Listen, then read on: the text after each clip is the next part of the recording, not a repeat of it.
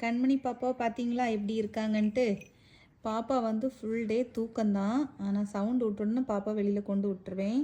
பாப்பாவுக்கு வந்து எப்போவுமே நான் அவள் கூடயே கொஞ்சிட்டு இருக்கணும்னு ஆசை. இன்றைக்கி கொஞ்சம் நான் வேலையாக இருந்தேன். காலையிலே பார்த்தீங்கன்னா சமையல் வேலைலாம் முடிச்சுட்டு வேலையெல்லாம் தொடங்க முன்னாடியே கொஞ்சம் கொஞ்சிட்டு தான் இருந்தேன். ஆனால் சமையல் வேலை முடிச்சுட்டு குளிச்சுட்டு அவளுக்கும் சாப்பாடெலாம் கொடுத்து மோஷன்லாம் வெளியில் விட்டுட்டு பாப்பா வெளில படுக்க வச்சுட்டு நம்மளும் கொஞ்சம் தூங்கலாமே அப்படின்னு சொல்லிட்டு தான் நான் வந்தேன். ஆனால் பாப்பா வந்து என்னை வந்து ரொம்ப ஏங்கியிருக்கா, நான் வந்து கொஞ்சலை அப்படின்னு சொல்லிட்டு.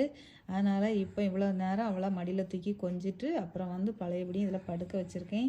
மடியில் படுக்கும்போது ரொம்ப ஜாலியாக அப்படியே கட்டி பிடிச்சி அப்படியே அப்பி பிடிச்சிக்குவாங்க பார்த்துக்கோங்க.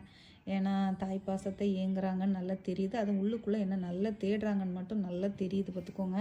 அவளோட அன்பு வந்து என்னால் கண்டிப்பாக உணர முடியுது. ஆனால் என்னையும் அவங்களுக்கு நல்லா தெரிஞ்சிருச்சு, அம்மா இவங்க தான் அப்படின்னு சொல்லிட்டு.